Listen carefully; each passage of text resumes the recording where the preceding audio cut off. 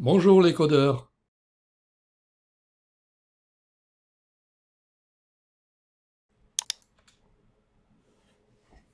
Nous allons aborder dans ce tuto l'algorithme génétique.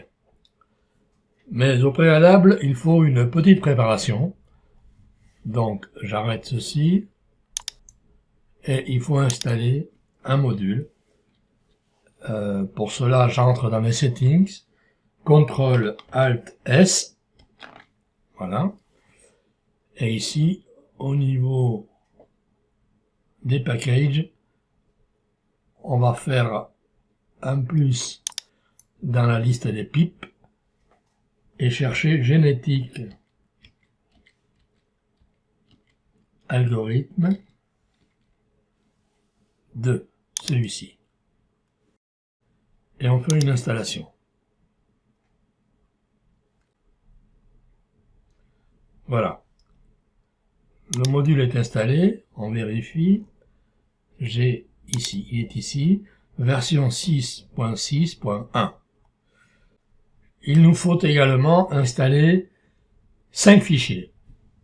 Alors, nous le voyons ici dans la description. Les fichiers sont ici. Je vous invite évidemment à lire le tuto. 1, 2, 3, 4. Et un peu plus loin, ici, le 5e. Et c'est tout ce que nous avons à faire dans ce tuto. Ici, il s'agit du fichier génétique.py dans le dossier stratégie. Alors, dans le dossier stratégie, ici, nous allons créer un fichier Python génétique. Entrée. Voilà, et on fait un copier-coller de son contenu. Voilà. Je supprime les autres onglets, histoire de faire un petit peu de ménage. Voilà. Ensuite, deuxième fichier, il s'agit d'un fichier backtest.py qui existe déjà et que nous allons évidemment surcharger. Donc le voilà, backtest.py, on va se mettre ici. Je supprime tout et je fais un copier-coller.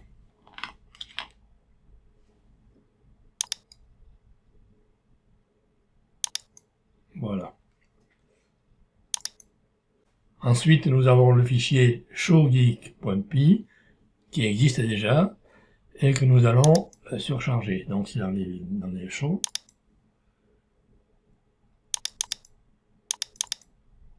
Voilà.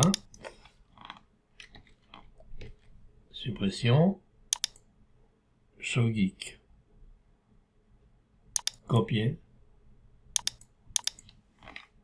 Coller. Et enfin, un fichier qui est un fichier modèle qui se trouve dans le dossier modèle et qui se nomme ga_modèle.py. Dans les modèles. Ici. Donc, nouveau fichier, Python, ga_modèle, et je valide. Voilà. Copier-coller.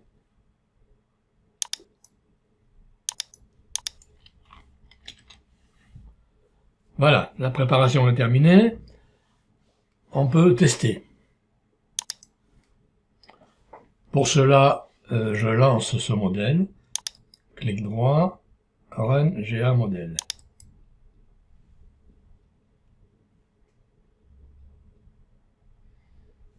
Et voici. Vous devez obtenir ceci, un ensemble de courbes qui sont réparties sur 3 graphiques, principal, milieu et bas. Alors nous allons détailler tout cela tout de suite.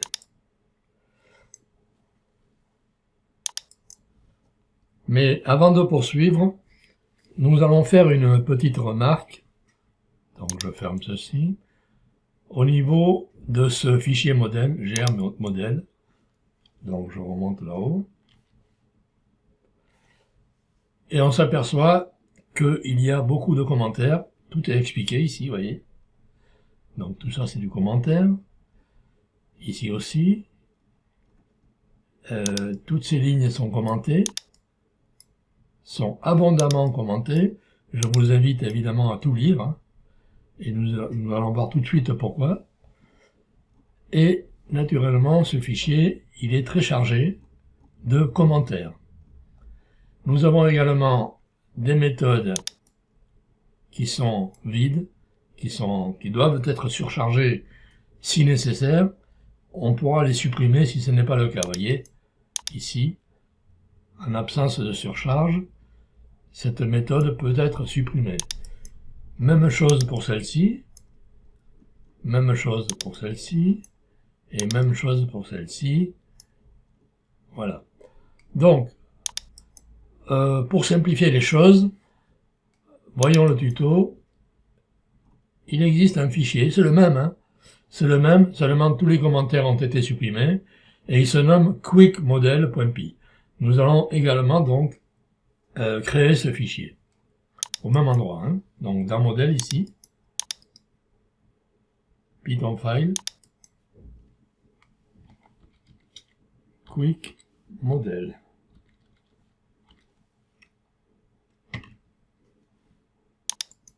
Copier.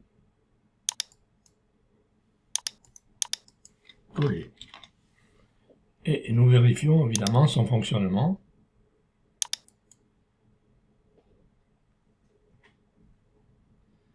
Donc ça marche, on a le même résultat. Bien. Et naturellement, on s'aperçoit que les commentaires ont pratiquement tous disparu. Vous voyez? Et ça sera beaucoup plus agréable pour travailler.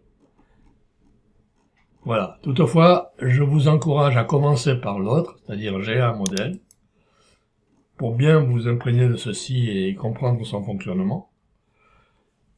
Ensuite, vous travaillerez exclusivement avec celui-ci, qui est plus rapide à mettre en œuvre. Voilà. Donc, là, je vais faire un petit peu de ménage dans la configuration. Moins. Voilà. OK. Il n'y a plus rien. Je relance le quick.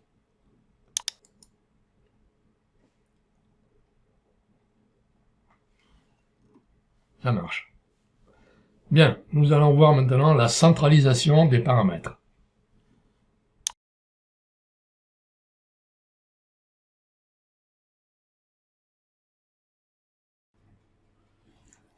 Nous allons apporter des modifications, mais pour éviter de toucher au modèle, nous allons créer un clone du modèle. Hein.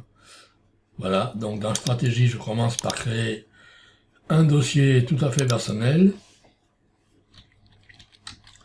Je vous invite évidemment à faire de même. Et voilà, il est ici.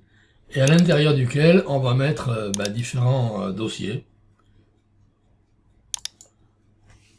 Par exemple, exercice. Je vais l'appeler FZ01. Voilà. Évidemment, vous l'appelez comme vous voulez. Et à l'intérieur duquel on va mettre un clone du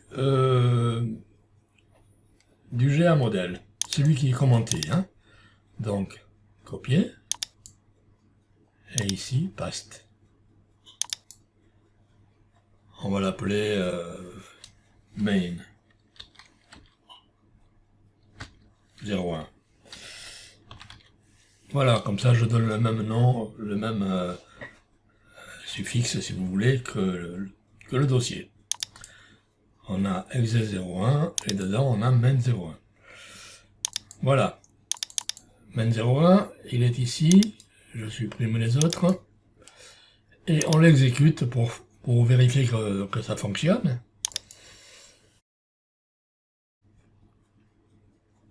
Et ça marche. Hein. Alors, voilà, le programme complet se compose de 5 parties. On a d'abord ici l'affichage. Voyez, avec la position de la fenêtre, la taille de la fenêtre, qui est donc la géométrie. On a le titre de la fenêtre, ici, stratégie, le titre des graphiques, etc. Bon, ça c'est une première chose. Deuxième chose, les signaux que nous voyons ici à l'intérieur, ils ont été, si vous voulez, initiés par un data frame qui est nommé pilote. Data frame pilote. Et les données elles-mêmes sont issues des bases de données, des historiques. Bien. Ça c'est donc la deuxième partie, c'est les données.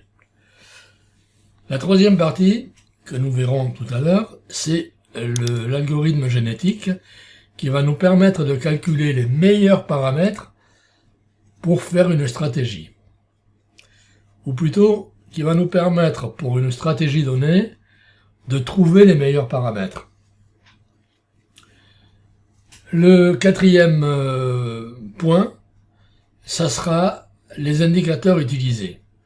Alors ici, nous avons plusieurs moyennes, vous voyez, MA1, MA2, MA3, ici nous avons du RSI, etc. Ça, ce sont les indicateurs et les signaux qui sont dérivés de ces indicateurs. Et enfin, la dernière partie, c'est l'affichage qui présente, si vous voulez, des points ici. Vous voyez, en regardant bien, on voit des points d'ouverture, de fermeture, etc. à l'achat et à la vente. Il présente également des zones colorées, interzones, ou alors comme ici des bandes colorées. On peut avoir des bandes horizontales, il y en a une en haut, une en bas, sur le RSI. Là. On peut également avoir des bandes verticales, voilà. Ou alors des couleurs dynamiques dans les sommets et dans les creux, ici, du RSI. Tout ça, c'est donc le cinquième point, l'affichage. Alors, tout comme le programme est composé de ces 5 parties, eh bien, les paramètres seront aussi composés de 5 parties, chacune correspondant à celle du programme. Nous allons les voir en détail, je ferme ceci, au début, dans la méthode qui se nomme Central Arcs. Ce sont des arguments centralisés. Alors, cette méthode, effectivement, contient un dictionnaire qui se nomme OD-Arcs, voilà, qui est un super dictionnaire, vous voyez, dictionary, c'est-à-dire un dictionnaire ordonné, un ordered dict, voilà, dans lequel, je vais agrandir pour bien vous montrer, on voit clairement ici les 5 parties. La fenêtre, le data frame pilote, l'algorithme génétique, les indicateurs, et ici l'affichage. Voilà. Au niveau du tuto, on a ici la même chose évidemment. Fenêtre, data frame pilote, algorithme génétique, indicateur et affichage. Vous voyez, c'est découpé en parties, c'est beaucoup plus simple. Et nous allons les aborder une par une. Alors d'abord la fenêtre. On va lui donner un titre.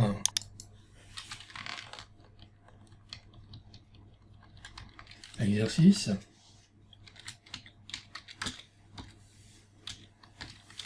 (0,1).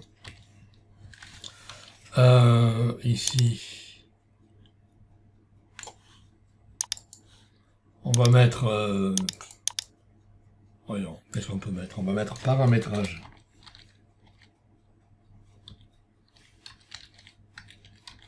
Divers.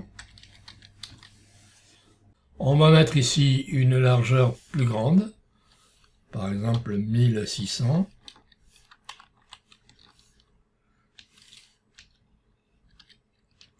Et une hauteur plus grande également, 800.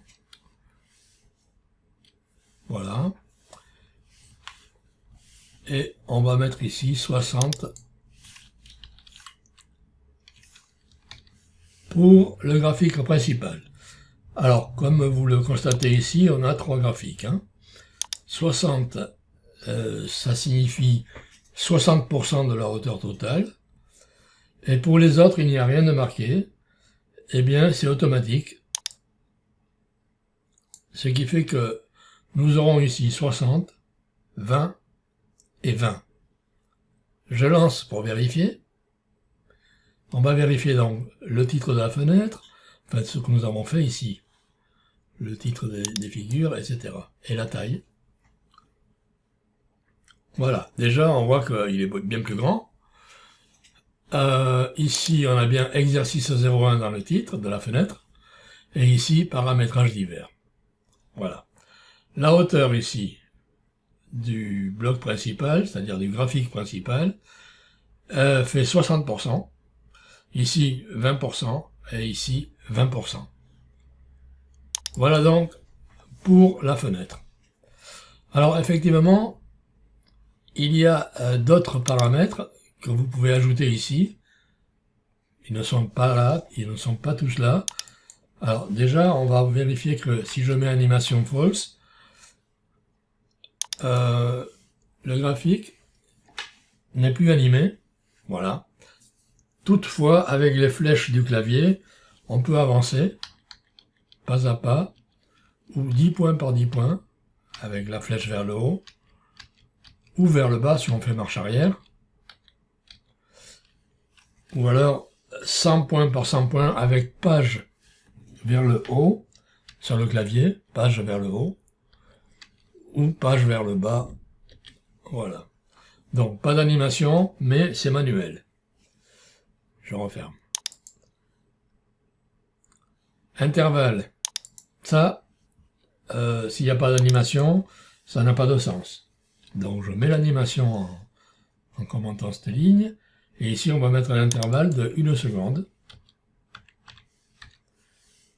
Alors évidemment, c'est des millisecondes. Donc je lance. Et nous avons un avancement toutes les secondes. Voilà. La liste n'est pas complète. On peut trouver d'autres arguments ici, dans ShowGeek, GetArcs. Alors, GetArcs, et ShowGeek, donc CTRL-clic sur ShowGeek, voilà, et ici, CTRL-F, GetArcs, voilà. Alors, vous voyez, on retrouve bien sûr la géométrie, etc., mais on peut modifier d'autres paramètres qui n'y sont pas, comme les marges, margines. Vous voyez, on n'a pas margine ici. On peut l'ajouter. Et il y a tout ça, quoi. Les best zones également. Voilà, tout ça, ça a été retiré dans un souci de simplicité, mais vous pouvez les réintégrer, bien sûr. Alors, deuxième point, c'est le dataframe pilote. Il faut faire le choix, ici, sur l'instrument. Alors, on en a plusieurs à disposition, On a USD, JPY, etc. La table, 3 possibilités. Et ça dépend du type de ce que vous mettez ici. Vous voyez là, il y a 5. C'est donc un type entier. Et si c'est un type entier, c'est du Renko. Si c'est une chaîne, par exemple M15, à ce moment-là, c'est du string, et ce sera du candle. Je vérifie, je lance.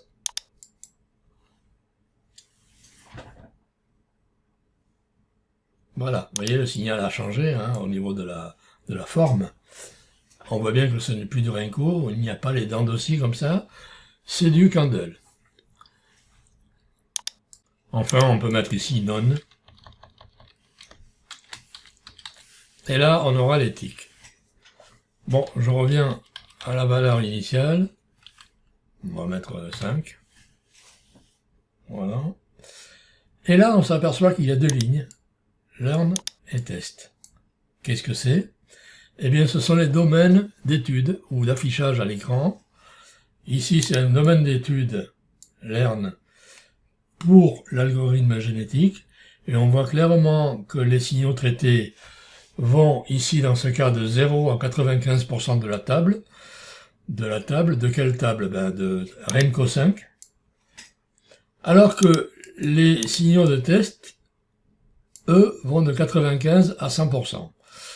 Et vous voyez qu'il faut éviter d'utiliser les mêmes signaux pour l'étude, pour l'algorithme génétique, et pour la vérification, c'est-à-dire le test. Parce que si on utilise les mêmes signaux dans les deux cas, ça équivaut à tricher en fait, puisque on m'a demandé de tester sur des signaux qu'il a déjà appris. Donc il les connaît déjà, et il va vous fournir de très bons résultats à chaque fois, ce qui n'est pas la réalité en fait. Voilà, donc pour le dataframe, c'est tout ce qu'il y a à dire. Pour l'algorithme génétique, on le verra plus en détail un peu plus loin, mais déjà, il faut savoir que si l'opération dure plus de 2 minutes, ici, 120 secondes, vous avez un timeout, c'est-à-dire le programme s'arrête. Ensuite, au niveau des algorithmes, de l'algorithme génétique, on a des paramètres. Ici il y en a deux, donc ici, on demande à faire 150 itérations, et pour chaque itération, on a une population de 10 chromosomes.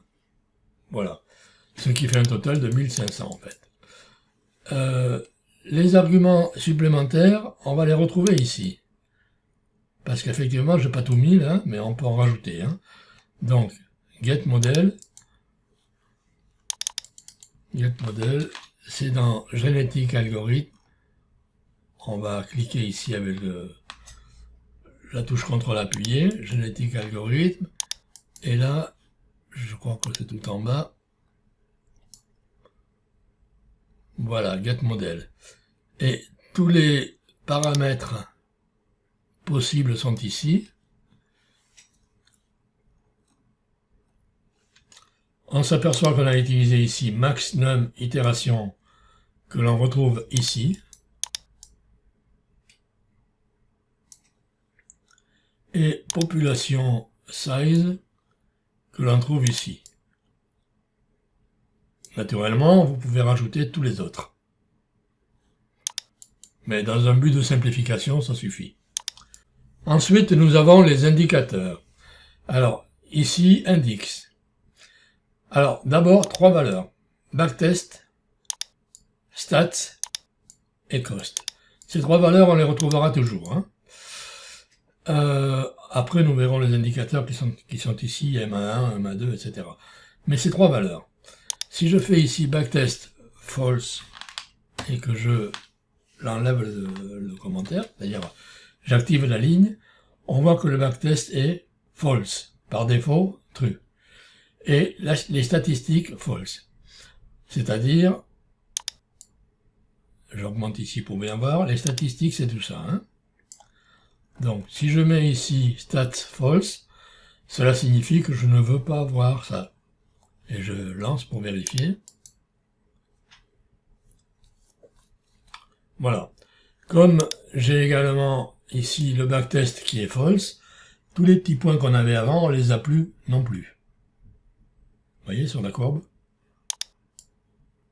Voilà, c'est tout simple. Hein. Ensuite, ici, le paramètre cost, ou du moins la clé cost qui a un petit dictionnaire ici, contient des valeurs qui seront utilisées dans la méthode cost tout à la fin du fichier. Je descends, je descends, je descends. La dernière fonction, c'est la méthode cost. Voilà. Et ce dictionnaire cost correspond à ceci, ici. Vous voyez? Self des cost. Donc je reviens. Voilà. Donc nous voyons, nous avons vu backtest, stat et cost, et maintenant les indicateurs. Alors les indicateurs sont eux-mêmes des dictionnaires. Il faut absolument pour les indicateurs mettre la fonction, ça c'est obligatoire, Et les fonctions, il y en a plus de 150 dans Pandas TA, plus toutes les fonctions personnalisées que vous pouvez ajouter ici dans les custom TA. Ici, vous voyez, ça, etc. Normalise, standardise, que nous avions vu la dernière fois. Voilà, donc tout ça, c'est les fonctions qui vont venir ici. Ensuite, on a la série, c'est-à-dire le nom de la colonne qui va recevoir le résultat de cette fonction, et des paramètres. Alors, pour cette moyenne, on aura besoin du paramètre length. Mais pour d'autres indicateurs, les paramètres seront différents. Par exemple, ici, le stochastique RSI a besoin de length, de RSI length, de K et de D. Donc, chaque indicateur a une liste spécifique de paramètres. Ensuite, une zone qui concerne l'algorithme génétique, donc en anglais GA, Genetic Algorithm. Bounds, ce sont les limites, ou du moins des listes de valeurs à tester. Par exemple, pour MA1, on désire tester toutes les valeurs entre 100 et 300 pour le paramètre length, parce qu'ici nous avons length. Et comment vont être réparties ces valeurs, 100 à 300? Eh bien, par pas de 5, c'est-à-dire 100, 105, 110, 115, etc. jusqu'à 300. Toutes les valeurs seront testées par l'algorithme génétique. Voilà, donc pour MA2, c'est un petit peu différent, parce qu'ici, au niveau du length et de cette liste, nous avons non pas 3 éléments, mais 5 éléments. Voilà. Ici, nous avons le nom d'une fonction, c'est multiply. Attention, si vous mettez une fonction, il faut que cette fonction existe. En l'occurrence, si on remonte, cette fonction est ici. Voilà. On peut en ajouter d'autres, hein. Il n'y a pas de problème. C'est vous qui devez inventer les fonctions qui vous seront utiles et nécessaires. Donc ici, pour le MA2, on utilise cette fonction car les paramètres vont de 1,01 à 1,2 par pas de 0,2 et on demande pour le length le même que celui de MA1, ici, multiplié par ceci. C'est logique puisque la moyenne, puisque nous voulons que la moyenne MA2 soit plus longue que la moyenne MA1. Voilà. MA3. MA3, alors, il est très simple, celui-ci, il a une fonction, et c'est tout. Donc là, on ne fait pas appel aux indicateurs de Pandas. On fait appel à un indicateur privé, MA3, self MA3, qui doit exister dans le fichier. Alors, en cherchant, je sors de là, je descends, ah, le voilà. Voilà la méthode MA3. Elle fait simplement une manipulation de deux colonnes, close et MA2, pour créer la colonne MA3. Alors, vous voyez, la petite formule mathématique est très simple, hein.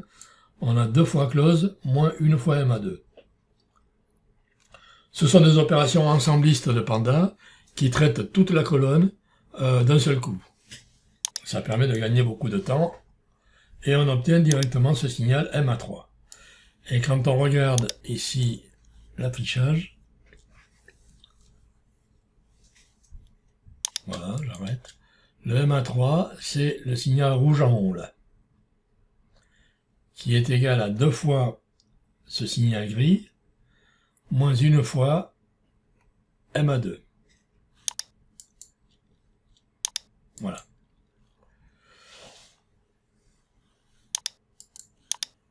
Donc je reviens ici dans la zone des indicateurs. Nous en étions à MA3. Voilà l'indicateur stock RSI, c'est encore un indicateur de de Pandas TA, stock RSI, mais celui-ci, il n'est pas utilisé dans l'algorithme génétique. Par conséquent, ici, la petite grappe GA Bronx n'existe pas. Donc voilà, c'est tout pour les indicateurs. Maintenant, on arrive à l'affichage. Alors l'affichage, évidemment, c'est l'affichage des courbes. Mais outre les courbes, il y a également... Bon, les courbes sont là. Hein. MA1, MA2, MA3. Vous voyez, elles sont là. Et attention, elles concernent le graphique principal. Donc là, on a le graphique principal, le graphique milieu et le graphique bas. Il faut absolument que ces noms de graphiques correspondent à ce qui a été déclaré ici, dans la fenêtre. Principal, milieu et bas, avec la même orthographe. Sinon, vous aurez une erreur. Hein. C'est logique. Donc, je reviens. C'est pas compliqué, mais il faut être organisé, en fait. Hein. Donc, outre les graphiques, outre les lignes ici, c'est-à-dire les courbes, hein, nous avons également la possibilité de mettre une légende. Si vous mettez ici none,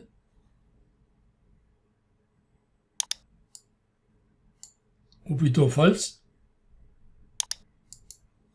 la légende ne sera pas affichée. Alors ici, la légende, vous voyez, principale, on a tout ça. Et si je mets ici false, et que je relance,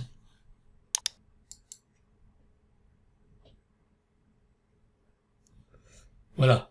Ici, dans le principal, on n'a plus de légende.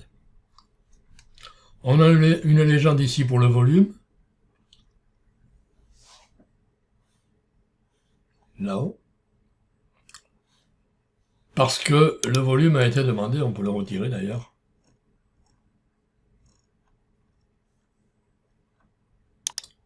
Show volume. Je vais le commenter. Je relance. Alors, on n'a plus les volumes. Le graphique est un peu plus clair. Donc, je disais, nous avions possibilité d'ajouter la légende ou pas. Ici, si vous mettez par exemple, si vous voulez la légende au milieu, horizontalement, ça commence donc par la lettre C comme centré. Et si on le veut au milieu verticalement, c'est M comme milieu. Donc vous voyez, centré, milieu. À ce moment-là, la légende sera centrée et au milieu. Vous voyez, elle est ici, au milieu. Au milieu du graphique principal, hein, bien sûr. Bon, alors, vous voyez, toutes les possibilités sont là. Ensuite, vous avez des couleurs between, color between. Là, il faut préciser entre quoi et quoi. Tout simplement, là, je veux entre MA1 et MA2 une couleur, celle du haut, qui a cette valeur, et une couleur, celle du bas, qui a cette valeur. Alors, un tout petit rappel, c'est le dernier chiffre ici, qui correspond à la transparence. Voilà. Ici, dans le milieu, nous avons également des lignes. Une ligne à 70, une ligne à 50 et une ligne à 30 pour Y. Et on vérifie.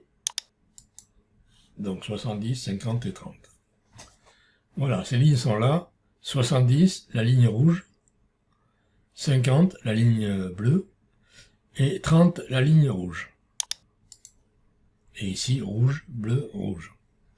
Vous pouvez choisir l'épaisseur, le type de ligne. Ligne verticale, il y en a une ici, avec une certaine largeur, qui se trouve à 570 pour X. Alors, je ne vais pas relancer, hein, je vais simplement voir ici, là voilà. Ici, j'arrête, on a la ligne, et au niveau des courbes, des couleurs between, on a des couleurs entre une courbe donc la courbe RSI, est une valeur fixe qui vaut 10 ou 30 ou 90, etc. Ou bien on a des bandes colorées entre des valeurs fixes, entre 100 et 70, entre 0 et 30. Ça, ce sont les bandes qu'on voit en bas et en haut. Voilà, on a fait le tour. Il n'y a rien à dire de plus au niveau des paramètres. Il y en a beaucoup, c'est pourquoi ils sont organisés, et normalement on devrait s'y retrouver très facilement. Encore une remarque, ce sont les deux warnings que nous voyons ici, et qui concernent le graphique du bas, et qui nous dit que le signal balance n'existe pas, ainsi que le signal equity. Effectivement, ici on demande le signal balance et le signal equity. Il n'existe pas, ou du moins il n'existe plus. Pourquoi? Eh bien parce que nous avons demandé pour le backtest à false, donc à ne pas l'exécuter. Si je le réhabilite en commentant cette ligne, je lance ici. Voilà, nous n'avons plus le message, hein, et nous retrouvons les points ici, ouvre achat, ferme achat, etc., qui nous propose ces deux courbes que nous voyons en bas, la balance et l'equity.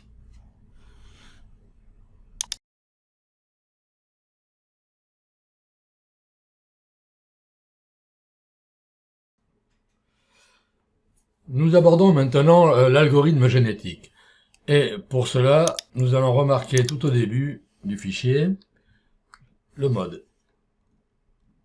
Il est ici. Et comme vous pouvez le voir, nous sommes en mode 1, c'est-à-dire en mode normal, qui ne fait pas d'algorithme génétique, mais simplement un affichage. Voilà.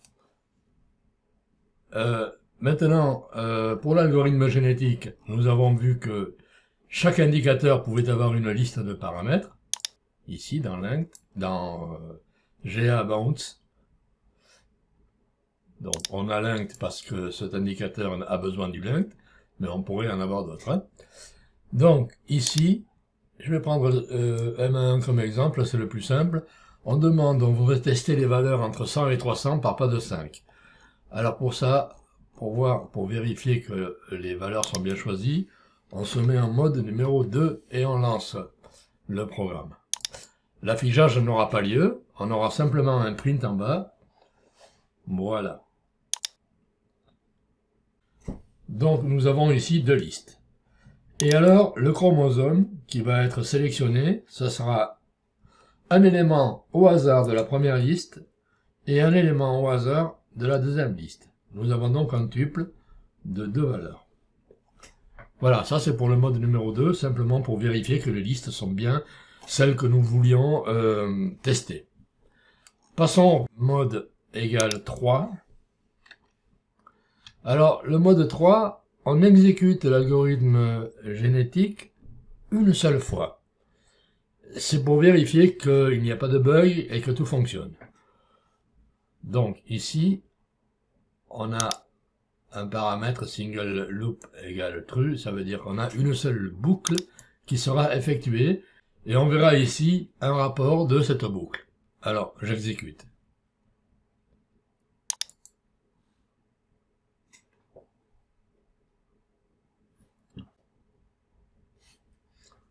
Voilà. Donc, tout d'abord, on a les deux chromosomes, on a les deux éléments, du moins, qui composent le chromosome, qui ont été tirés au hasard parmi les listes présentées ci-avant. 190 et 1,19. L'algorithme génétique a été exécuté avec une seule boucle. Le chromosome, il est ici. Donc, on a bien deux valeurs. Donc, si vous voulez, 190, c'est la 18e valeur de la liste. Et 1,19, c'est la 9e valeur de la liste, pour MA2. Et voilà ce que nous donne cette boucle d'algorithme génétique, avec un certain score qui est ici, qui ne veut pas dire grand-chose, on verra un peu plus loin à quoi ça correspond. Hein. En tout cas, si on laisse dans l'état actuel des choses, cette stratégie va nous rapporter moins 1117 pips, c'est-à-dire une perte de plus de 1000 pipes.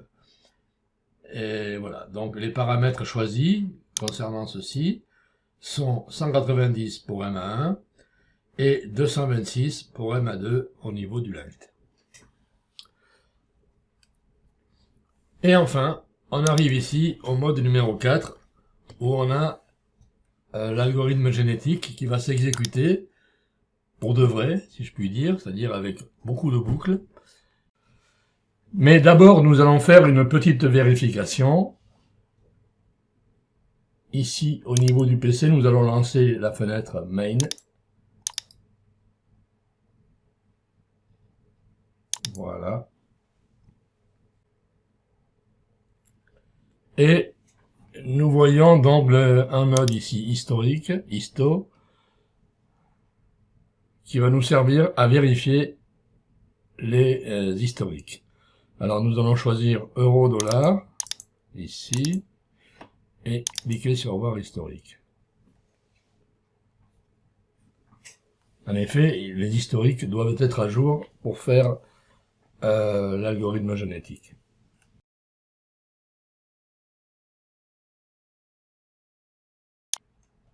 L'historique est à jour, donc on va pouvoir lancer l'algorithme. Alors, ici donc les candles et ici les ticks. On est à jour. Hein. Encore un petit point seulement pour ce tuto. Il faut savoir que l'algorithme génétique est extrêmement chronophage. Et là, la partie du fichier que nous choisissons est énorme. Énorme. Elle fait 95% du fichier. Le fichier fait des dizaines de mégaoctets. Donc, nous allons, exceptionnellement pour ce tuto, réduire la quantité de données à traiter. On va mettre ici 85 à 95%. Mais dans la réalité, vous mettrez 0 ici. Et c'est parti pour l'algorithme génétique.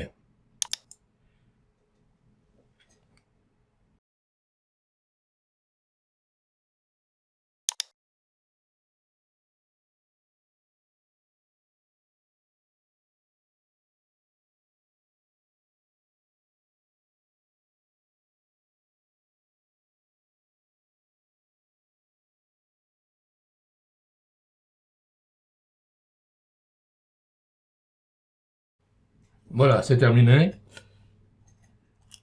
Et nous avons un rapport qui s'affiche ici, qui vous indique que à partir du 20e, avant même le 18e, il n'y a plus de progrès, donc on aurait pu arrêter avant finalement.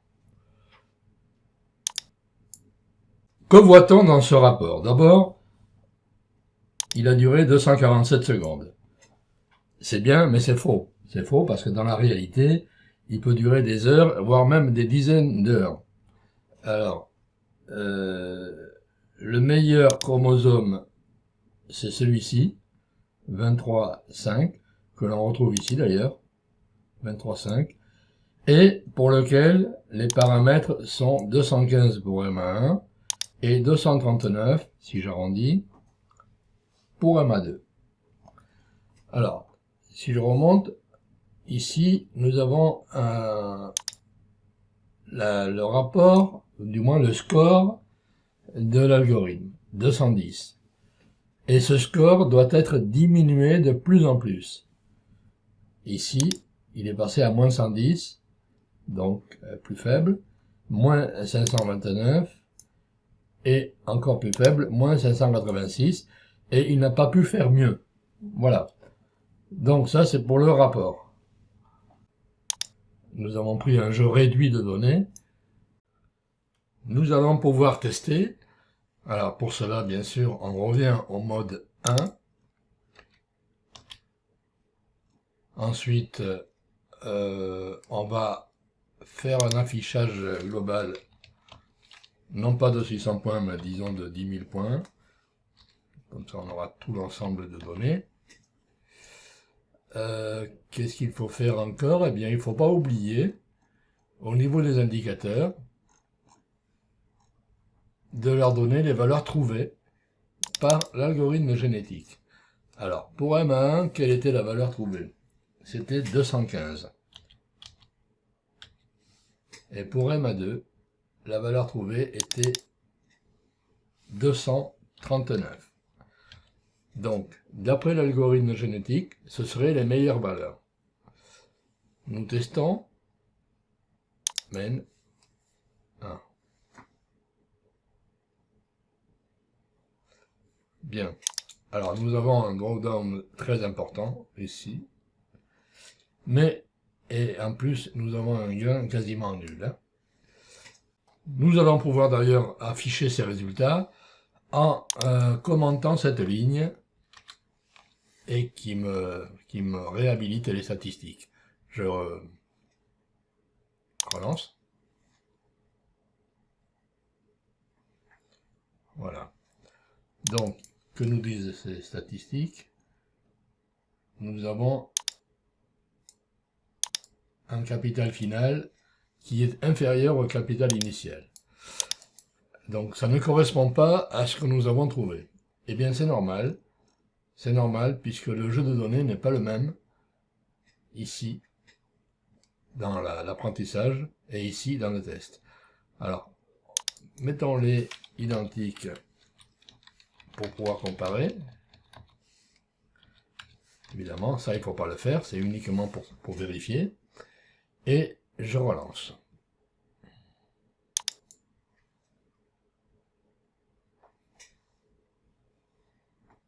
Voilà, cette fois-ci, la courbe est beaucoup plus agréable. Elle est montante, d'un bout à l'autre. On a un drawdown relativement faible ici. Une drawdown, c'est la perte. Hein. Ici aussi. Mais dans l'ensemble, on a une courbe montante. Et au niveau des résultats, on démarre à 1000 € et on termine à 2244 €. Il faut savoir que pour avoir de bons résultats en mode test, il faut utiliser ici un très grand nombre de données, donc je remets 0, et là nous avons de 0 à 95% ici du fichier. Et naturellement, ici, il va falloir mettre des données différentes. Donc je reviens comme au début, hein, 95 à 100.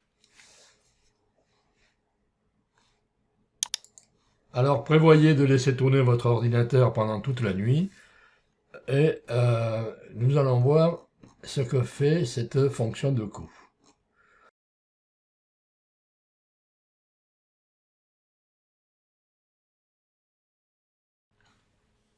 Cette stratégie est extrêmement simple et pour pas dire simpliste. J'agrandis un petit peu ici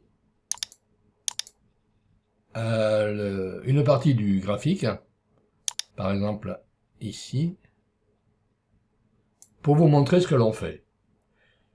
Ici, nous avons un point d'achat, un point d'entrée en achat, et ce que nous cherchons à voir, c'est le croisement des deux courbes qui sont ici, MA1 et MA2, les deux moyennes MA1, MA2. Voilà. Lorsque la moyenne MA1, celle qui est en trait bleu, croise du haut vers le bas MA2, eh bien on entre à l'achat.